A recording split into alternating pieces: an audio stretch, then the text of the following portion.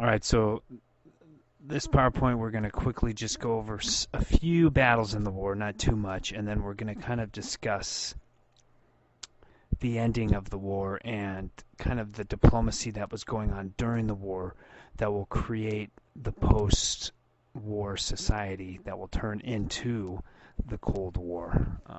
And we'll talk a little bit about Hitler's anti-Semitism and kind of what the Holocaust was and kind of what it means. All right, before we talk about Pearl Harbor real quick, we'll just kind of talk about the beginning of our Operation Barbarossa, because that's where we ended last time.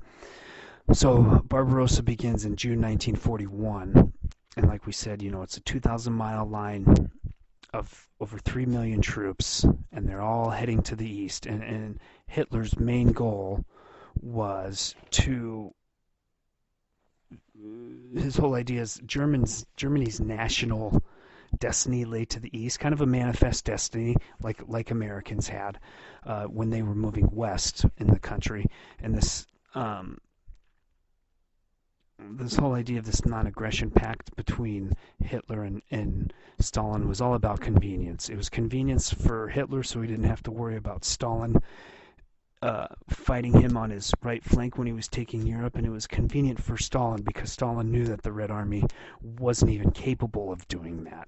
But at the same time,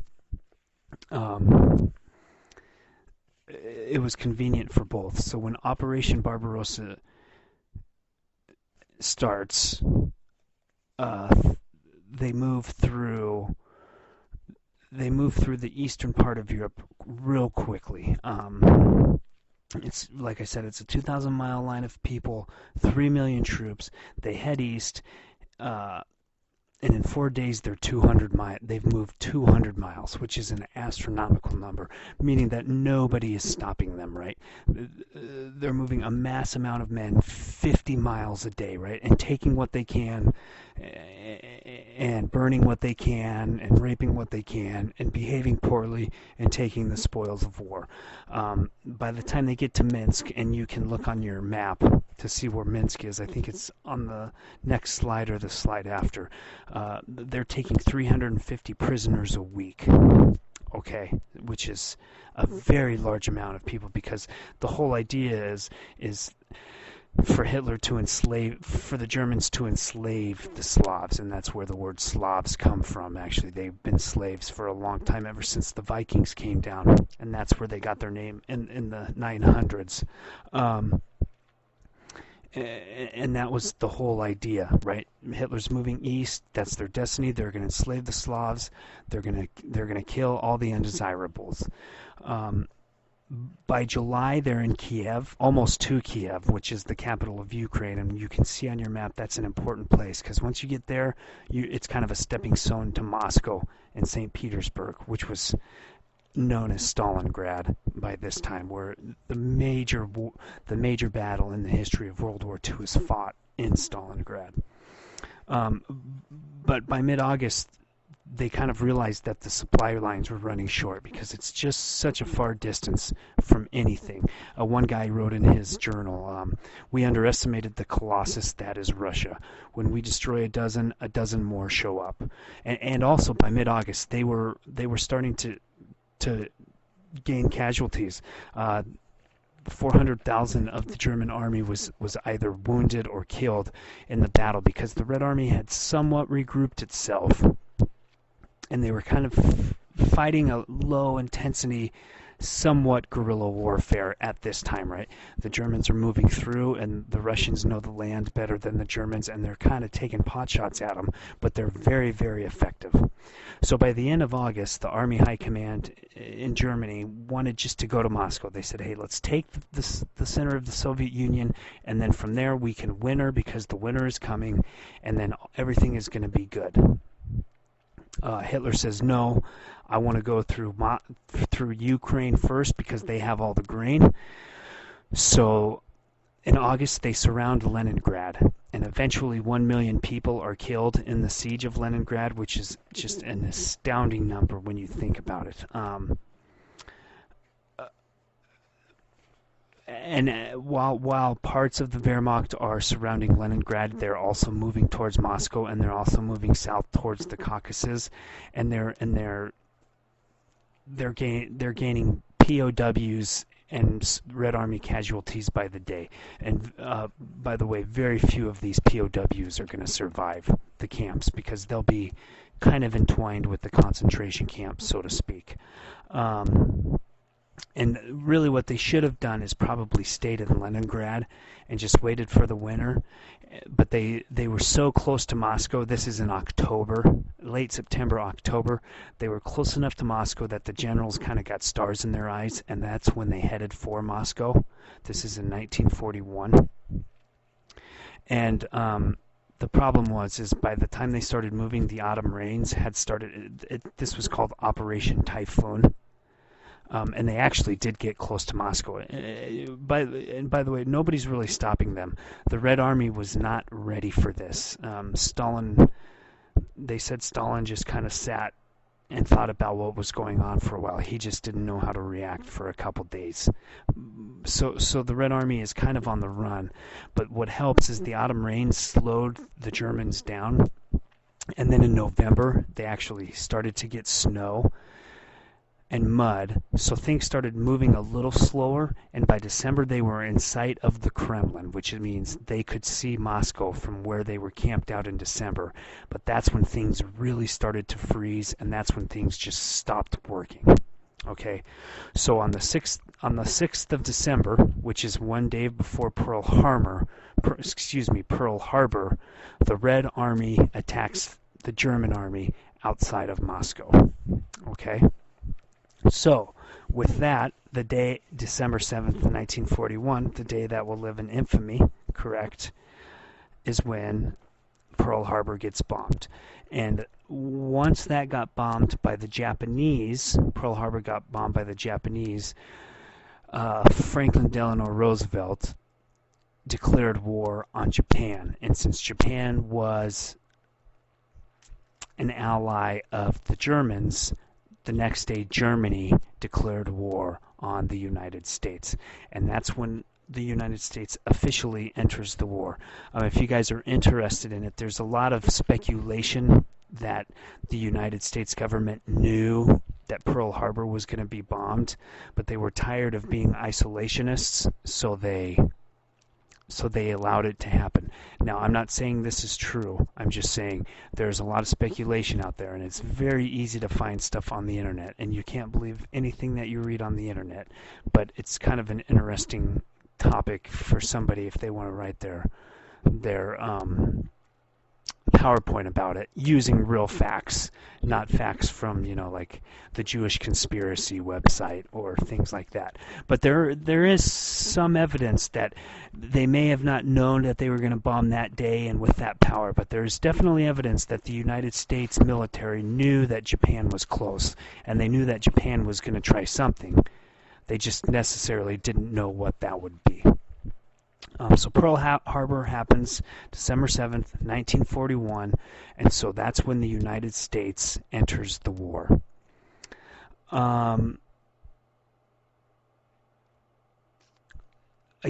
Almost a year after that, while the German army is still stuck in Russia, and they've been fighting for a year, and it's been bloody fighting. So this is an interesting point that needs to be made, is that really Stalin did win the war.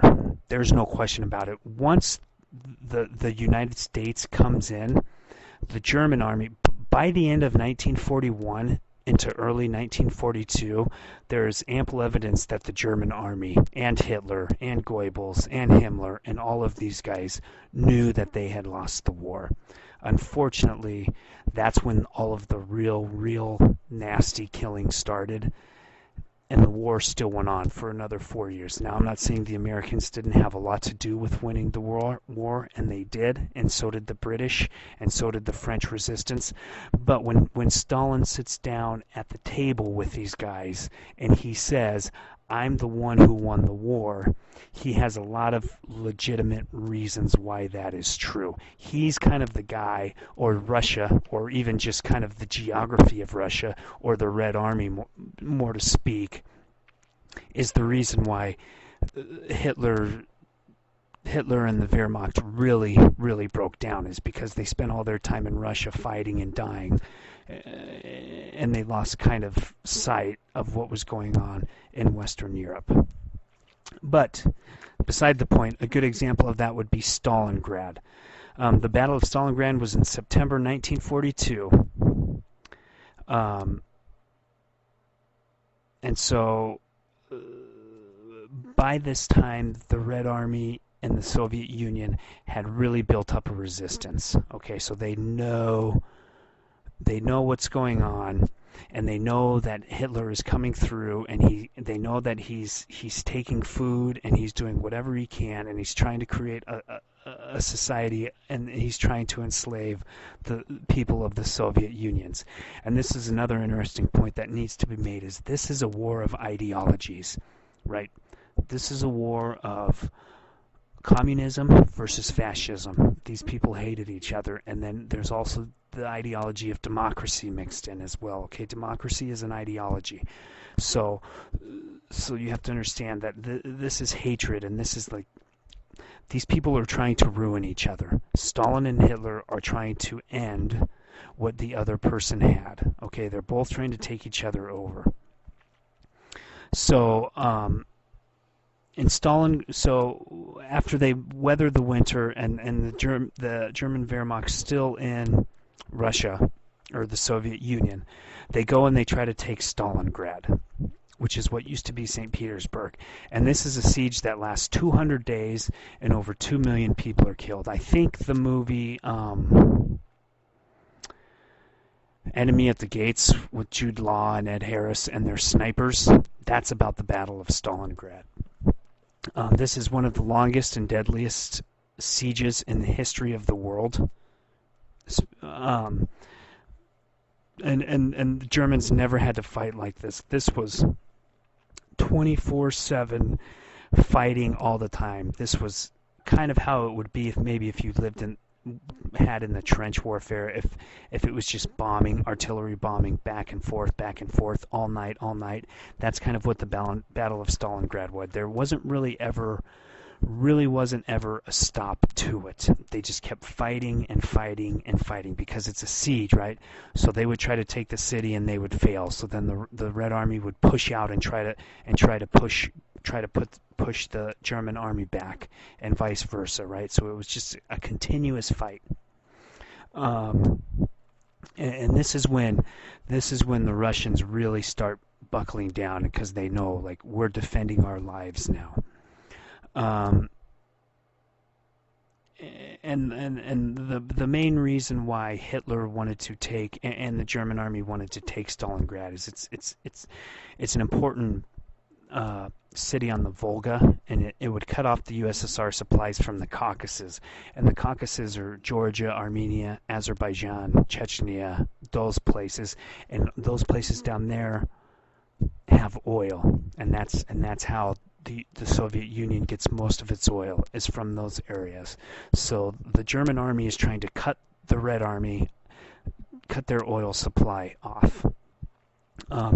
And also they're fighting in a city, so tanks are superfluous, right? This is urban warfare that you see on video games today, or like in Grozny, Chechnya, or in other places in Africa, right? These people are fighting, Saving Private Ryan. They're fighting in broken buildings, and there's tons of places to hide. So tanks aren't really that big of a deal, and they have good hideouts everywhere. They have the sewage system.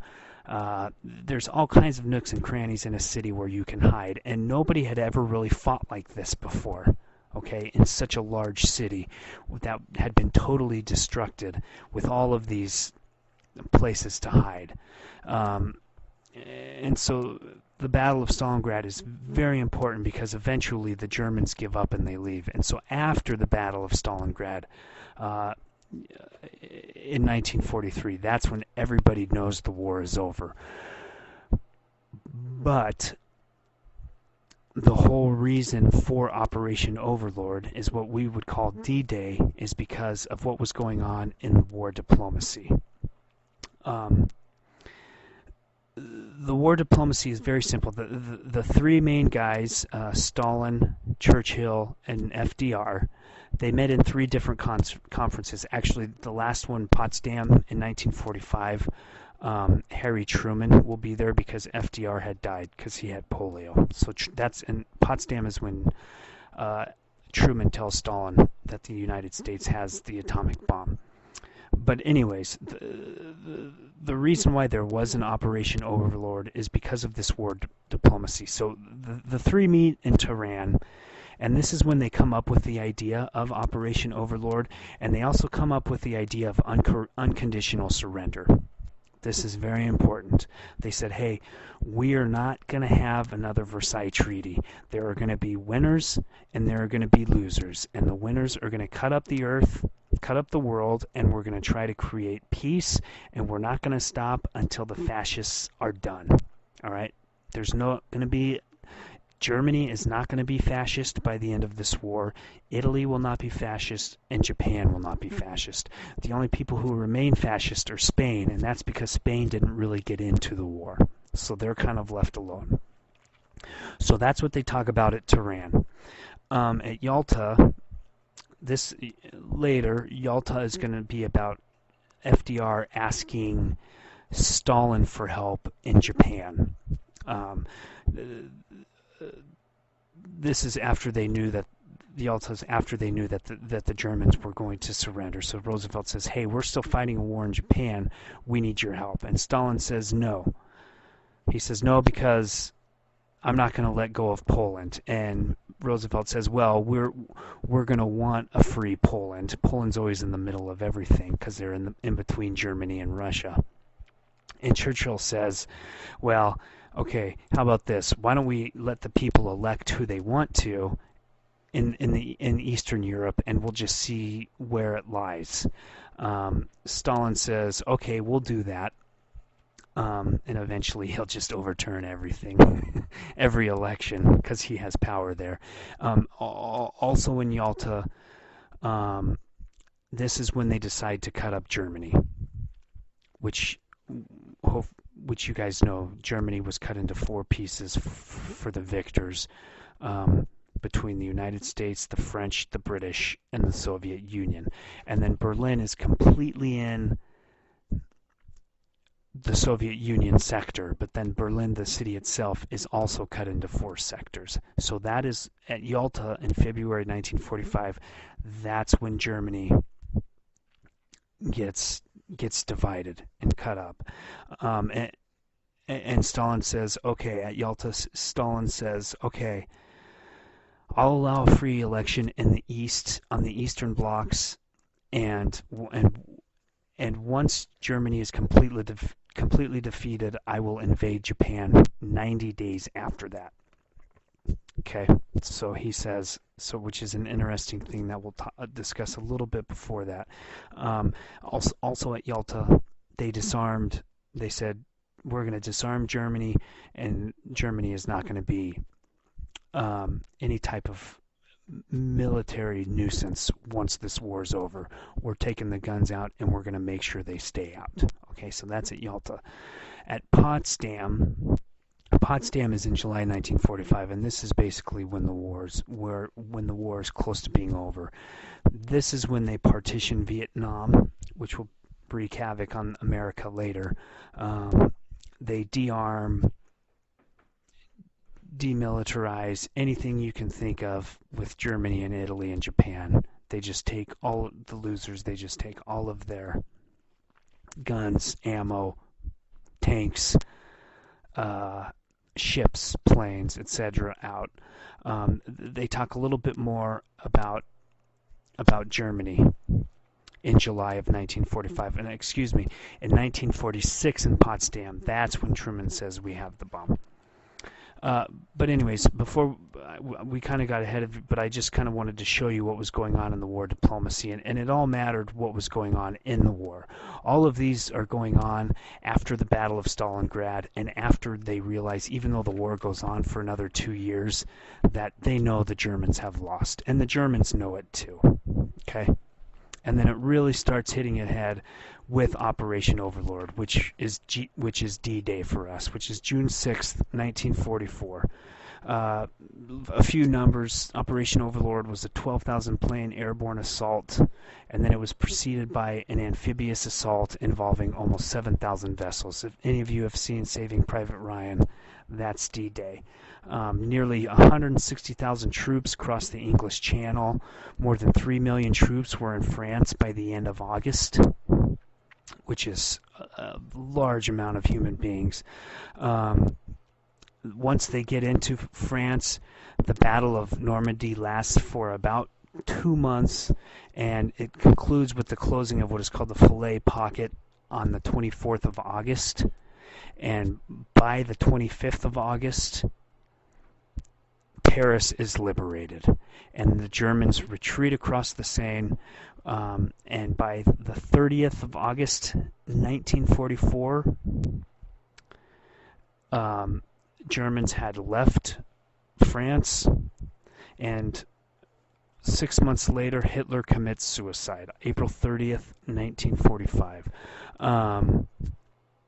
The interesting thing is that Mussolini was assassinated on the 29th of April, and Hitler committed suicide 1 day later. This is kind of going through a lot of what happened, but it was once they landed in D-Day, it was a very, very quick turnaround, right? That's when Hitler really, really knew that things were over. They already did, but once D-Day happens, they're running for the hills. And so that is kind of the end of the war. D-Day was very quick. They moved through France very quick. The Germans retreat, and by April 30th, 1945, Hitler had committed suicide. And then after that, we have the United States still fighting a war in Japan after the victory in Europe, which was actually a war with Japan, which was almost just as deadly and devastating fighting as it was on the Western Front. Sometimes it doesn't get as much attention, but the United States is fighting the Japanese, and it's tough. They're island hopping from one island to the next, and the Japanese just are not giving up. The Japanese know the Germans have surrendered. They know that Mussolini and Hitler are dead, but they are still fighting to the end, and they're fighting tough, and they're really well trained fighters. And island hopping is hard. Fighting on islands. If you've seen any of those movies that Clint Eastwood made about that recently, I mean, it was tough fighting. The thing is once Truman had the A-bomb and he knew he had it, the only question was whether he should use it or not. He tells Stalin he has it, obviously for a lot of reasons. Mostly he tells Stalin because he's telling him, listen, I'm the one with the power not now. You are not. You may have won the war, so to speak, in some ways, but I'm the one who's still fighting Japan, and I'm the one who has the bomb. So think about that in our negotiations. So Stalin says, all right, we'll come and help you with Japan. And Truman's, because Stalin wants to have some type of semblance of influence in Japan. But Truman kind of beats him to it. So the United States eventually, by the fall of 1944, the U.S. is 500 miles away from the mainlands, but every inch was contested. The U.S. had already been bombing the Japanese mainland for a long time, but Japan refused to surrender. And many Japanese civilians were being killed in these actual U.S. military air raids. In fact, more Japanese people died because of the air raids than the actual bombings, the two actual nuclear bombs. So before before they actually bombed, there was a lot of discussion on whether the United States should use it or not. The scientists who built it and who knew what the devastation was going to be,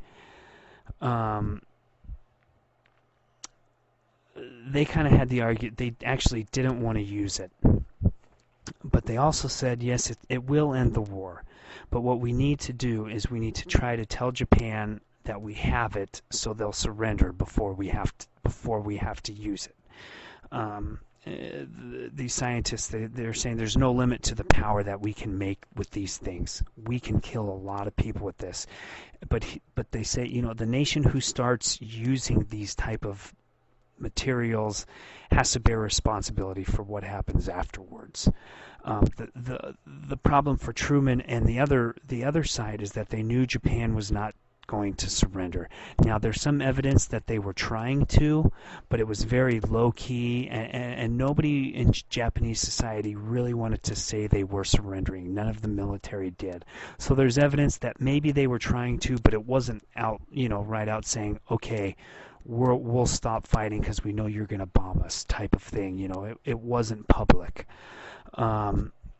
And the other argument is going that by fall 1944, like I said, they're close to the mainland, but every inch is contested. And Japan had never been invaded or lost a war before, so the Japanese military really did want to keep fighting. And what they really wanted to do was inflict enough pain on the Allies to make sure that they wouldn't keep going. Right? They were fighting a battle of attrition. They're saying, listen, at some point, the Americans are just going to give up at some point. But you have to remember that there was unconditional surrender. So Truman and the Joint Chiefs of Staff and everybody who ran the military knew that the United States was not going to give up until Japan was defeated thoroughly. That was the bottom line. That was the whole point of World War II, and they wanted to end it. There was going to be a winner and there was going to be a loser. So, on August 6, 1945, Hiroshima was bombed. There was probably, in the initial blast, 90 to 160,000 people were killed directly. Approximately 70% of the city was destroyed and completely destroyed, and then another 7 severely damaged. So basically you had 20% of the city still standing afterwards, plus probably an average of anywhere from 90 to 160,000. And then later, Nagasaki was bombed, and that was probably death toll somewhere around 60,000 to 80,000 people died, and it's kind of the same idea as just complete devastation for the city. Not just people getting killed, but the actual city itself just completely being annihilated. So once that happens, the Japanese surrender. And then this brings up the whole atomic bomb debate as to whether it was right or not. A lot of people say it was immoral, it was racist. Others say the Japanese were secretly trying to surrender while saving face, right? Nobody wanted to be the first Japanese military to ever lose a war or get invaded, so they were doing it secretly, and a lot of people argue that the United States just didn't want to listen. There is evidence that, like I said, but it wasn't completely okayed by everybody. It's not like the whole military said, we want to surrender. So there's very little chance that all of Japan would stop fighting, no matter what is said. And then a lot of people argue is the primary purpose of the whole bombing was to intimidate the USSR, right? To show Stalin that, hey, we may have divided up Europe, you may have your communist half, we have our capitalist, democratic Western half, but we also have the bomb and you don't.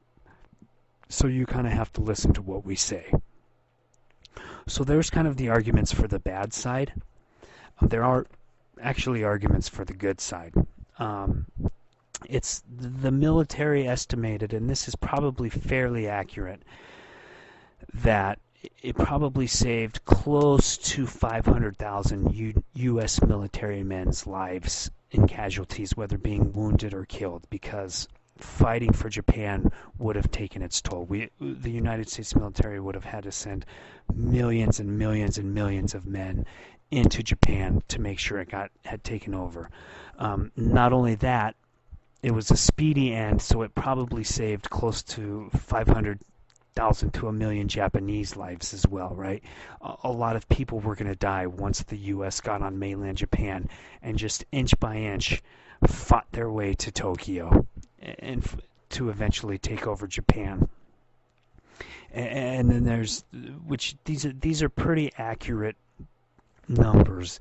And also there was just the whole idea is this was a total war, and it was a war about complete surrender, and we had signed that agreement with Britain and the Soviet Union long before, and the U.S. had made that clear to Japan, and Japan was not surrendering. Okay, so those were kind of the debates that went on and off about it, but that is kind of World War II in a short nutshell. Well, maybe not too short, but in a nutshell. And then, so next we'll just kind of talk about Hitler's anti-Semitism and what the U.S. knew, and then we'll move on to the Cold War next week.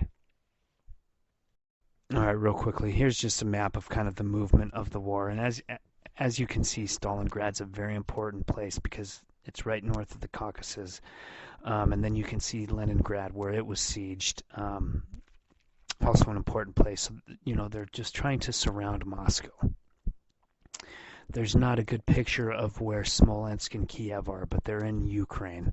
So you can see that's kind of in there. It's kind of the middle ground between Central Europe and Moscow.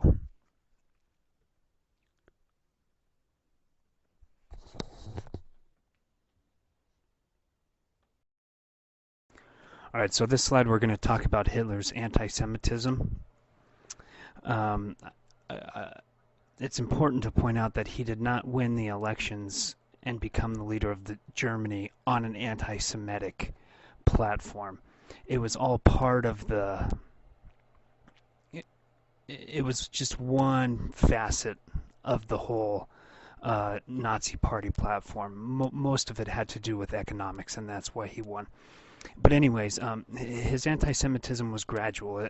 Probably as a teenager, he was hanging out in Vienna, and the Vietnamese mayor was a guy by the name of Lueger, and this mayor became Adolf Hitler's hero, so to speak. He was a very good politician, but he was very anti-Semitic, and so after Hitler gets back from World War I and he gets put in jail for trying to overthrow the Weimar Republic, that's when he writes Mein Kampf. And a lot of the ideas about anti-Semitism that he writes in Mein Kampf come from this Mayor Lueger. So anyways, once he does get into power, they do start passing some anti-Jewish laws. He starts defining being a Jew as a race. So he puts restrictions on them, and he denationalizes them in 1933, meaning they were no longer German. Okay, even though some of these people had probably lived in Germany for hundreds and hundreds of years, and they didn't necessarily think of themselves as being Jewish. They thought of themselves as being German Jews, you know, being German first.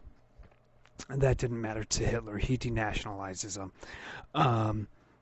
He confiscates a lot of their things. He forces an expulsion. He kind of forces people to emigrate. But this is nothing new. This is something else I want to point out. We've already studied this before. This has happened in Spain. It happened in Russia in the 1880s. There was a lot of violence against Jews in Russia in the 1880s. So all of this anti-Semitism, we even talked about it in the 1900s. This is nothing new. Hitler's not bringing anything new to the table. The other interesting thing is only 7% of the Nazi Party members really cared about the Jewish problem. Like I said, this is not something that got him elected, or he really, really deeply cared about, or made it known that he cared about it until later, until the later 1930s. What people were worried about is the Versailles Treaty and the economy. And so as the economy gets going better, so does Hitler's power.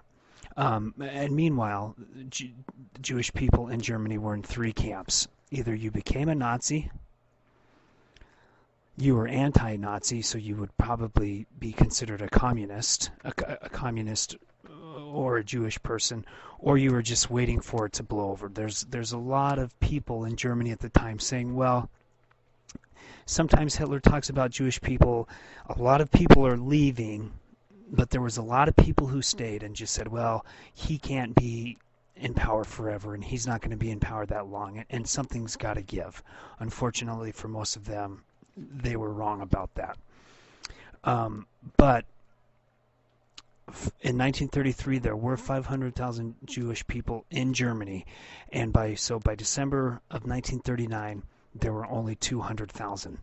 But before 1939, he was very good at getting them to leave without violence. Okay, so at the beginning, he was just saying, "We don't want you in Germany." Okay, so there was very little violence. There's a thing called Kristallnacht, which is the Night of Crystals, where it was a Jewish pogrom, meaning it was a kind of a rally that turned violent, and anybody who was Jewish had their shops broken into, and a lot of people got killed and hurt, and that was in 1939. But besides that instance, Hitler was very good at ridding Germany of Jewish people without using violence. The other problem that the Jewish world had was in the Evian Conference in 1938.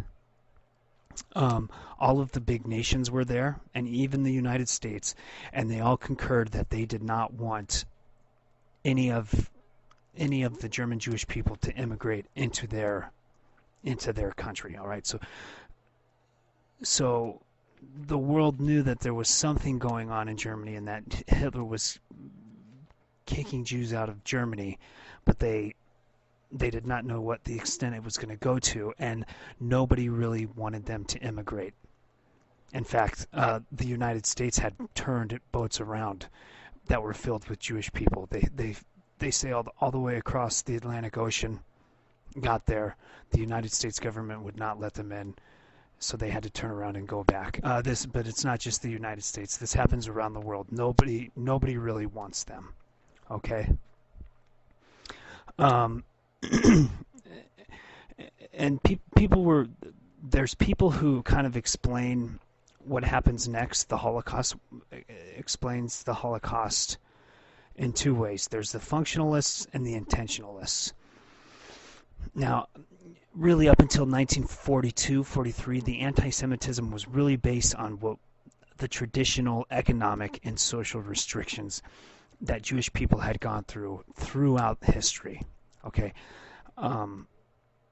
The real beginning of violence, I should maybe even say 1941, the real beginning of violence comes in 1941. And the functionalists argue that it rose out of a series of things that happened. What really happened is you get Operation Barbarossa, and you go through Poland, and Poland has 10 million Jewish people. Poland was the center of European Judaism, okay? So with Operation Barbarossa, you have them. So now, since you now have a large population of Jewish people, then you can get rid of them, okay? So that's the functionalist, meaning the reason why he started getting rid of Jewish people is because the German army had the chance to. It was a matter of function, right? It's not like these people argue it's not like they went into Poland hunting Jewish people down, or for the express purpose of hunting Jewish people down and killing them. This was just one of the reasons why. There's also the intentionalists who say, no, that's not true. From the start, this was Hitler's intention. But they say he didn't really have the means to do it until 1941, until Operation Barbarossa.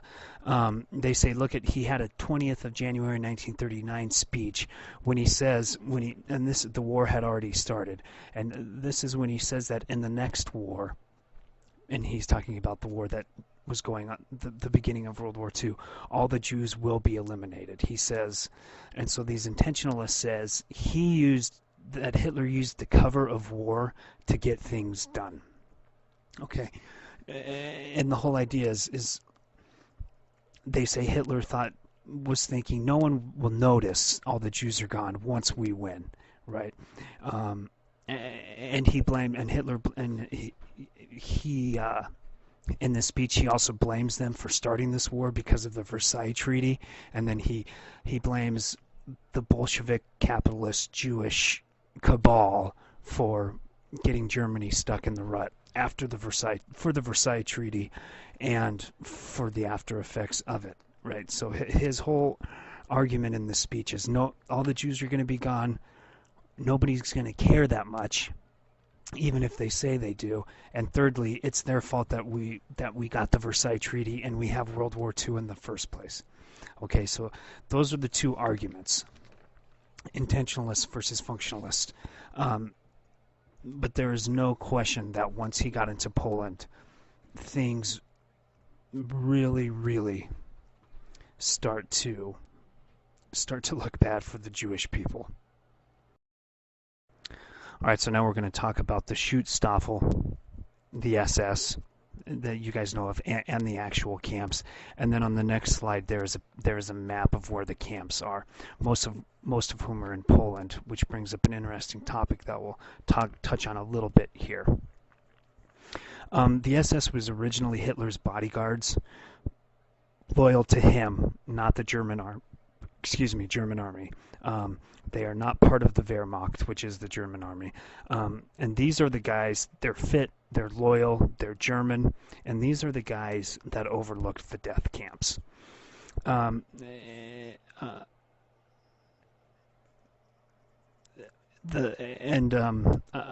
the Schutzstaffel, you have the Einsatzgruppen. So these are the elite SS people. There's probably 1,000 to 2,000 at any given time of these Einsatzgruppen. And what these guys do is their whole job is to follow behind the Wehrmacht in Operation Barbarossa. So they're following behind the German army and they're cleaning up. All right, they're cleaning up. And when I say cleaning up, that means they're killing. They're killing Bolsheviks, intellectuals, administrators, Jewish people, gypsies, anybody who we talked about who Hitler called undesirable. This SS, these really, really loyal men, well-trained men, are following the army. And anybody that the army doesn't kill when they go through, the Einsatzgruppen is. And by fall 1941, they're massacring at will. They kill all of the Jews in Kiev, which is the capital of Ukraine, which is a very large city with a very large Jewish population.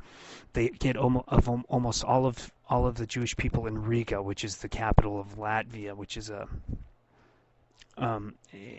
Baltic state, also a very large population of Jewish people. And by 1942, the Einsatzgruppen themselves, these 1,000 to 2,000 men, they believe had killed close to 1.3 million people. And this is not just Jewish people. These are also communists, like we talked about, other people. The problems they were having is that it's not that efficient. When you kill 1.3 million people, it's hard to get rid of them. It's hard to get rid of the bodies. Most of the people they buried in shallow graves, and it got smelly.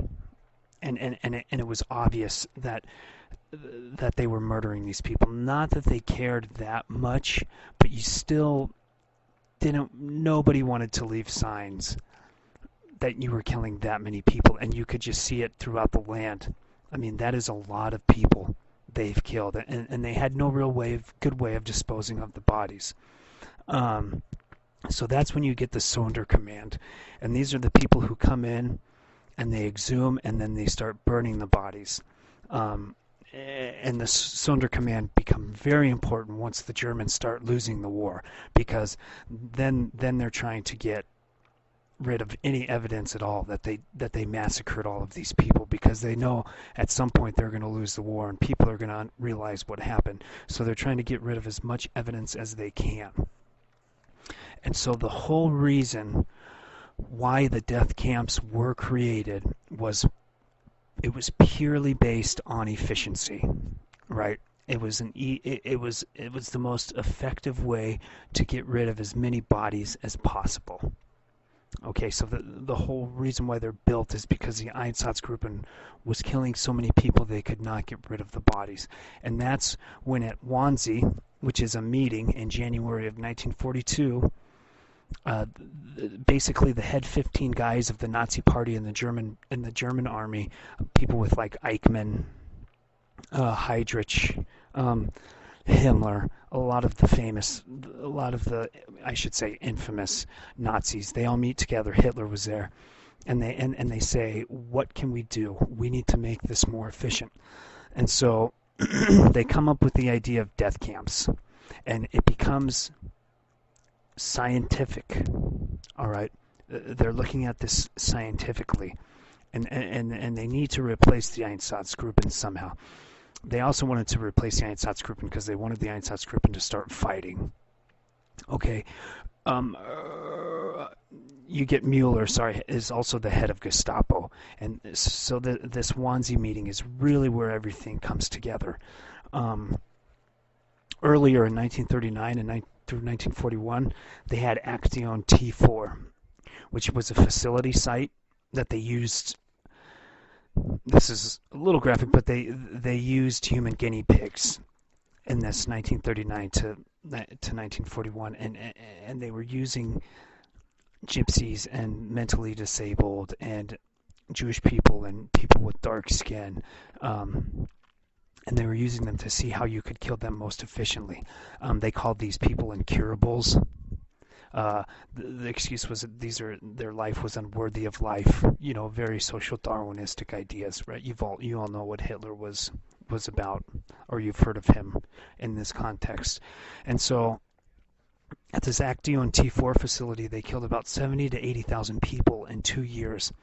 And after all of the test runs they did, they found that the most efficient way to kill people was to round them up, put them in chambers, and gas them, and then burn them.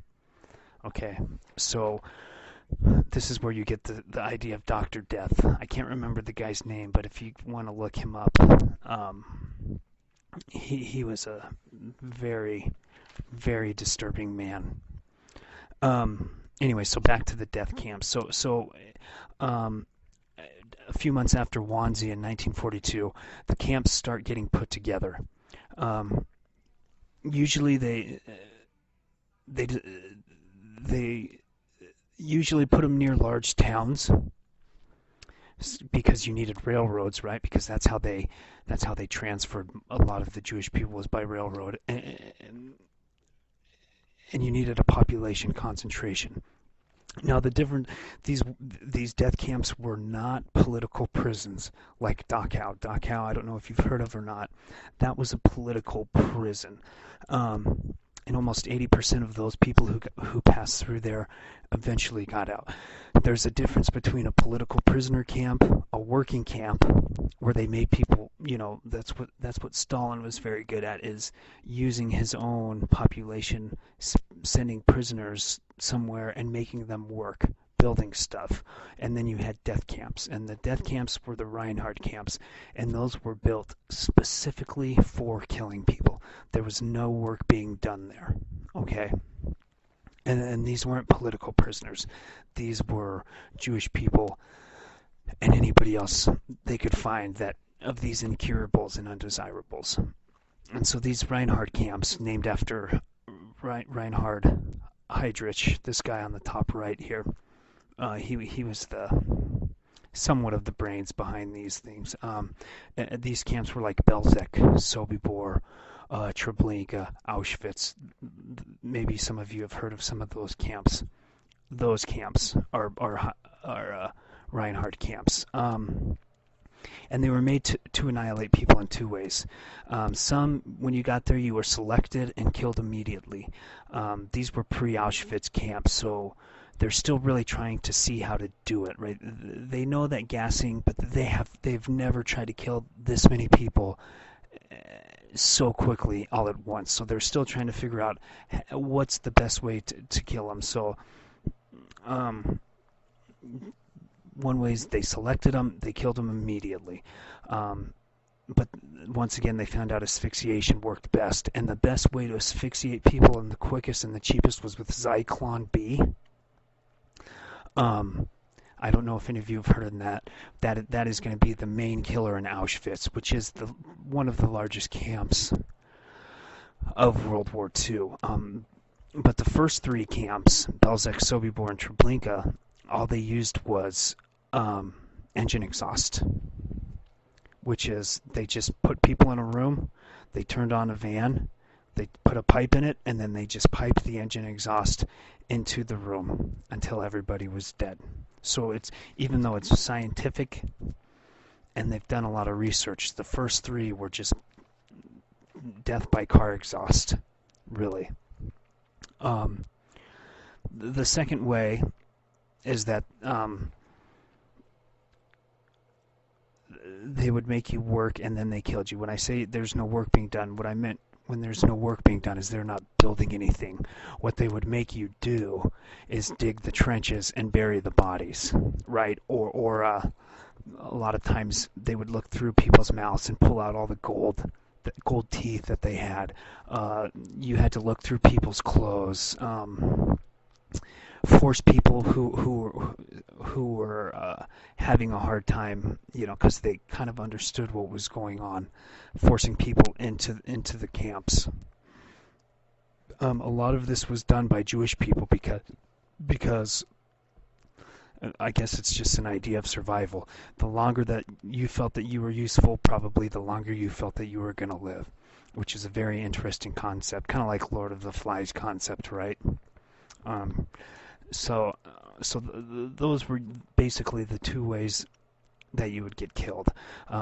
Interestingly enough, is the Reinhard was actually assassinated in May of 1942 by Czechs, people from the Czech Republic.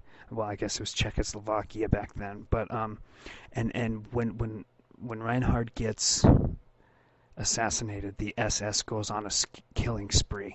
So from March 1942 to November 1943, nearly 3 million people were killed, and these were just people.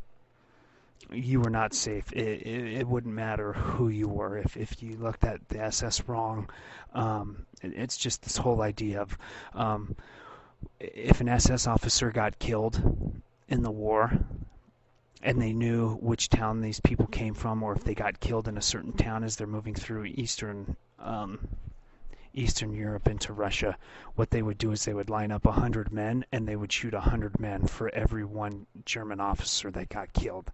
So this whole idea is just make it too scary to even think about killing people. The Czechs did it anyways. They killed Reinhard, but then the SS just goes on a killing spree. And like we talked about earlier, this is one of the main differences between World War II and basically every other war up to this date. Sure, I mean, civilians die in every war, and sometimes they are targeted, especially in civil wars, especially in a lot of the civil wars in Africa today. But never was it an actual policy to actually, before the World War II, was it a policy to try and rid the world of millions and millions and millions of people and use that as a backdrop for the war, right? There's always going to be ethnic wars, and there were a lot of ethnic wars after World War II, but this is really the first one that is on a massive scale of actual concentration of killing as many civilians as possible.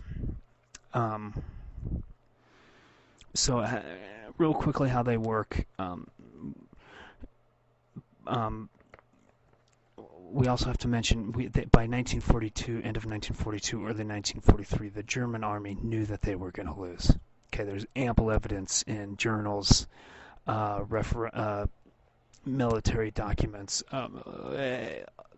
Everybody knew that the war was not going the way that the Germans wanted, especially when they knew that America at some point was going to.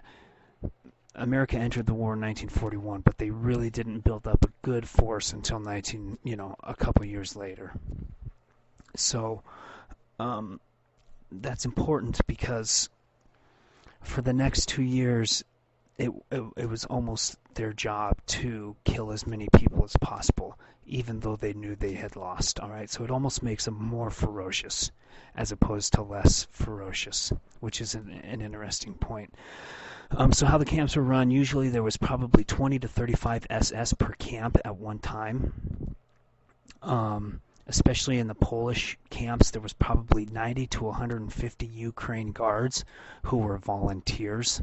Okay, and by the way, if you were in the SS, most of them were Germans, but as they start losing men, Latvians, people from Luxembourg, all kinds of Europeans, Romanians, Bulgarians, all of these people who we don't really mention as being anti-Semitic or helping with the Holocaust really did. There's lots and lots of evidence. I mean, when you're burning people, that many bodies every day next to large areas, next to large cities, people know what's going on, right? So there's also that idea is that a lot of Poles knew what was going on, and nobody could stop it or would stop it or said anything otherwise. I mean, it's not, there's only 200 armed, there's only 200 men in these places. I mean, they could have easily been overthrown by somebody, but nobody really has maybe the military background or the arms or the weaponry or the courage to do it. You can't blame them. The German army was very scary, and they were very good at retribution. But I'm in a roundabout way, what I'm saying is it's not just Germans, all right? Ukrainians, Poles, these people volunteered to help run these camps. Okay, so there's anti-Semitism everywhere. So usually there's about 20 to 30 SS, 90 to 150 Ukraine volunteers, and about 700 to 1,000 Jewish people doing the work that we talked about until they were killed, right? Building ditches,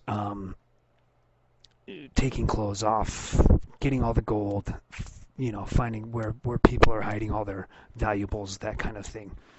And then by 1943, 1944, Auschwitz comes into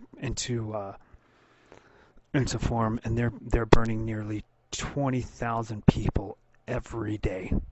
There's people write about how the whole sky was just filled with ash. It was kind of like when we have a forest fire. The sun gets blotted out. People wrote that on some days the sun would get blotted out with ash, which is a horrendous idea. So that's kind of how they worked. It was very efficient. What they did is, from start to finish, here's a real quick rundown of what happened. They had ghettos for Jewish people. If you were Jewish, they would move you into these ghettos, right? I guess if you've seen Schindler's List, you know this. If you have not, then what would happen is once they got all the Jewish people in one place, then they loaded them up on trains, took them to certain destinations, took them off the trains, Sometimes they were just killed right when they got off the train and they were shot. Mostly then they would usually take the women to one place, the men to another. They would cut off the women's hair. They used the hair for a whole bunch of things. They would take all their valuables, and then basically, and then they wouldn't feed them, and then you just kind of waited your turn to go into the furnace. If you were lucky enough to be picked to help, well, lucky enough, I don't know if you were lucky or not, to work, there's a chance that you may live, or at least live, you know, 2 months longer than you would have as before. So that's kind of real quickly from beginning to the end, kind of how it went. And there's this really, it's a really cool documentary. It's really quite long. It's called Shoah, Shoah, and it's interesting because they interview a lot of Polish people who were alive when it occurred, right? And not Polish Jewish people, um, just Polish people. Um, and there was one scene really sticks with you as they're interviewing these women. I think there was like three of them. They're old now, but at the time they were young women, and they admitted that they liked it when the Germans came because the Jewish women were really pretty. So they admitted that they knew what was going on and they didn't mind it because all of their competition for the men were taken away from them. There's other interviews where people were saying, yeah, the person next door to me moved and it wasn't terrible because I got some of their stuff or I took over the store for them, right? One day the whole family's gone. I started running the store. Just these really heart-wrenching ideas. Just the fact that people knew what was going on. Um, they're just they just couldn't stop it. Okay. So that's kind of how the camps were run, and the Holocaust. It's really hard to pin down exactly why the Holocaust happened and why Hitler was such an anti-Semite, but most of it is based just on historical. He wasn't the only person who was anti-Semitic. He didn't come up with any new ideas. He just took a lot of old ideas, and he got the power, and then bad things happened. And what ends up happening is 6 million Jewish people get killed.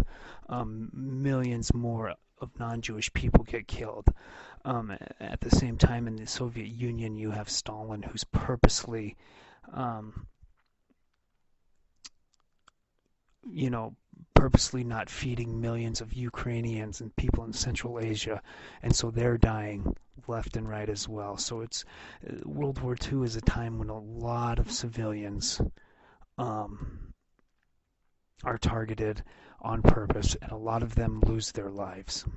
But like I said, one way or another, it's hard to explain exactly why Hitler was anti-Semitic, but in the end, we know the results of it. So here's just some pictures, or sorry, here's just a picture of where the camps were, and you can see most of the major ones are in Poland. They're not in Germany. Some even in Belarus, which means White Russia, um, Ukraine, places up there, places where there was a large concentration of Jewish people. They would set up a camp there.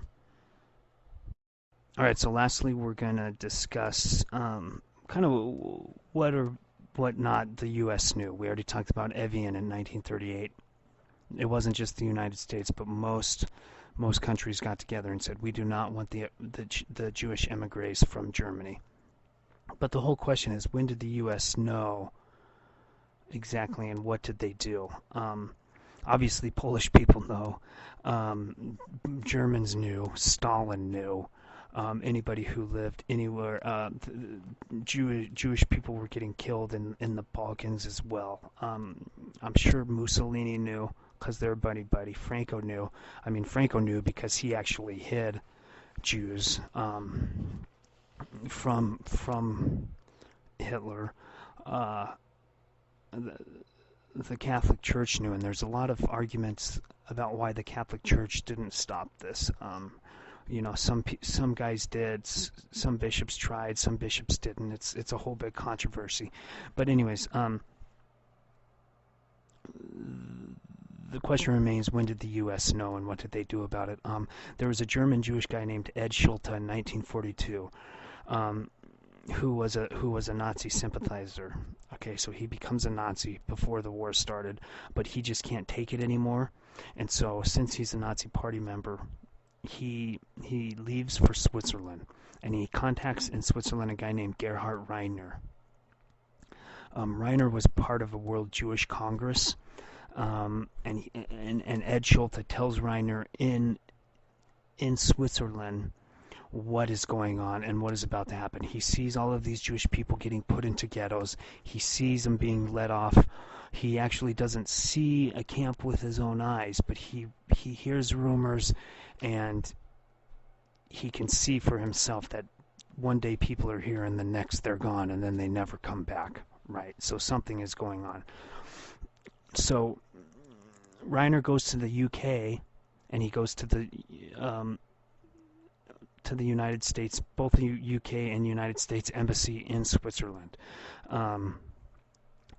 Apparently there he was told that the United States wanted no part of it. It was a rumor, and the embassy in Switzerland says, well, it's not true, it's a rumor, but I guess we'll send it to Washington anyways. The people in Switzerland are saying, we don't see any evidence of this. Of course they don't, because they're in Switzerland. It's an actual neutral country that doesn't get invaded. So World War II touches Switzerland very little. Very little. Okay. But in December 1942, Edward Murrow, the world famous news broadcaster, Ed Murrow, the guy who graduated from Washington State, actually, gets wind of it, and he broadcasts this on the radio, but there's no real upsurge of anti-German sentiment. And you also have to remember that a lot of German immigrants live in America as well, and they had a very powerful lobby, and so you don't want to upset a whole bunch of people in America, especially if you're a politician, right? There is no, so even though Murrow says it on the radio, there isn't really an anti-German upsurge, so to speak, in America or in American politics. At the same time, you get this guy named Witold Pilecki. He was in the Polish underground, and he was deliberately arrested. He got himself arrested on purpose so he could be sent to Auschwitz in 1940, which was Poles only at the time. It wasn't necessarily for killing Jewish people. It was a political prisoner place at the time, and he gets arrested deliberately and goes into Auschwitz to spy and to organize a resistance, because he wants to try to close it down, right? This guy was impressive if you want to look him up more. He's in there for a whole 3 years, and then he escapes. And he actually, since he leaves in 1943, he actually sees with his own eyes what is going on. And Auschwitz, by 1943, is killing 20,000 people a day. It's a well-run machine. And Pilecki says, listen, I was there, and here's what is happening. He sees everything except for the actual killing. The Germans were very smart about this. They never allowed anybody who wasn't a SS or a volunteer to actually view the killings themselves. Okay, so he didn't see it with his own eyes, but he saw people getting led in there. He saw people coming out and they were dead, and then he buried them. All right. So he goes to London and he contacts Washington in late 1943, but even then not much is happening.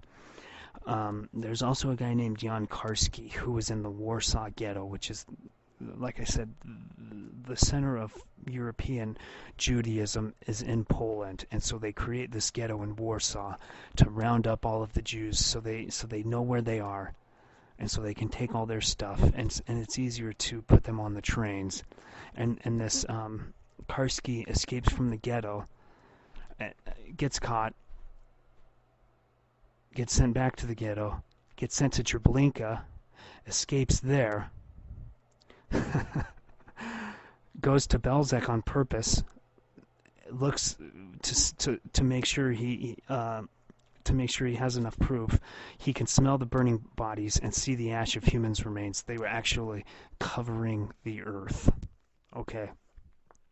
And then he goes and he also tells the U.S. and the U.K. embassy about this. But the problem is that even if you are an American politician or a British politician or a French politician who's in hiding in London, the question remains is what could have been done about it, even though they did know, right? This is 1943. The United States is still not ready, or the British Army, they're still not ready to invade Germany yet, right? They probably know this is happening. They don't have anybody, nobody from the United States, so to speak, has actually seen it with their own eyes. So even though they are getting people who have been there saying what's happening, they don't have a for sure, somebody they can completely trust to tell them that this is happening, right? And you just don't want to believe this is happening, right? To think that, probably 30 to 40,000 people are being deliberately murdered every single day of the year, that's hard to fathom, right? And sometimes when you put numbers on things, it tends to take away from the validity of things, but that's a lot of people. And so it was probably many people who had heard rumors were thinking to themselves, this just cannot be. All right, so you have to take the human side into account, right? This is not something that's believable, really. I mean, this has never happened before. And the other problem is the Allies want unconditional surrender. And so they weren't going to negotiate with Hitler, even for the surrender, even for the freedom of the Jewish people. There's evidence that FDR knew it was happening, but the problem is they had already said, we do not want another Versailles Treaty because we're living the Versailles Treaty over right now. And they said, we are not going to negotiate until the Germans unconditionally surrender. And that means that you don't negotiate with them, right? You take over them. You beat them, and that's the final, and then the war is over. So you have to put that in context as well. And so the whole idea kind of came, the quickest way to help to help Jewish people was to end the war, right? So in January 1943, FDR creates the War Refugee Board. And this was kind of created so they could how to handle and rescue those that weren't in camps yet. Okay, so by 1943, it's obvious to January 1943, it's obvious to FDR that something is happening, and he says, well, we know that Jewish people are getting arrested. He creates this board to see what he can do to try to help Jewish people who have not been arrested yet or taken that. And he really the only Jews who are left who aren't in a ghetto or who aren't in a death camp are in Hungary. So they contact this guy named Raoul Wallenberg, this guy right here on your right, and he is a guy who gets a lot of them to Sweden. And once they get to Sweden, then they can go elsewhere. It was just getting out of Europe that was really hard for Jews. In fact, Raoul Wallenberg was he was part of the Nazi Party in Hungary. So he's kind of a Schindler, right? Schindler helped a lot of the Jewish people. This guy, with the help of the U.S., helped get a lot of Jews into Sweden and then out of Europe and out of Hitler's reach. And lastly, the other problem that the United States had is that it wasn't militarily that important, as bad as that sounds. One person from the I couldn't find out who said it, but one person from the Joint Chiefs, kind of what we would consider to be the Joint Chiefs of Staff today, said it's a very tragic thing, but it's immaterial, right? The whole mindset of the Allies, not just America, but the British and the French as well, were we are going to beat fascism. All right. And this is just one more proof of why we need to beat fascism, but unfortunately there's not a lot we can do about it until we beat them. Okay? So with that in mind, that's just a short summary of the Holocaust. If you're interested, there's so much more about it. You can look and see about the whole argument of whether the Germans did it on purpose, the actual German people, or, one interesting thing I would like to mention about this is it was not, Hitler never used the words final solution in anything, anywhere, so that there could always be some type of deniability. And there's also, it's been suggested, well, it's actually true that if a person did not feel like they wanted to do this, right, if you were in the SS or you were in the Einsatzgruppen or you were just a regular German army guy who got recruited and you were Lithuanian or you were German or whoever, once the war starts going bad, they're just getting people from all over Europe to fight for them. If you said you did not want to do what they were doing, if you said, no, I'm not going to round up Jewish people, I'm not going to shoot unarmed civilians, you were not reprimanded for that. You were just sent to a different platoon. Okay? So that's another interesting topic. I mean, there's a whole bunch of topics about the Holocaust that you could really look into. We don't have the time to look in all of it, but you could look into see how the German people viewed it, or what arguments are for and against. Some people say that the Germans thought, well, better them than us kind of idea. Other people say it was basically terrorism, right? Hitler scared everybody into doing something they didn't want to do. So there's all kinds of arguments for and against, what really occurred. But one of the main arguments I would like to make is that it was not just Germans doing in the Holocaust, right? You had Ukrainians, Latvians, like I said, people from Luxembourg. They were actually well known for being very loyal to Hitler and basically did whatever he asked them to do. They were very good at running camps and finding Jewish people, right? The guy from Inglourious Bastards, even though it's a fictional movie, right?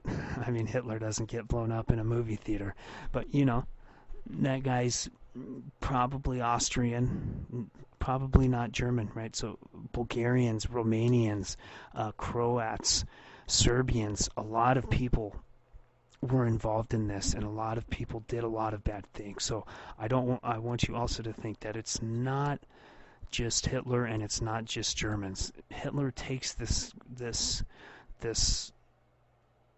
I don't know, like unpronounced anti-Semitism that's going around Europe, and he channels it. And he was very good at that. So that's kind of the Holocaust and World War II in a nutshell. The next time we'll kind of talk about what happens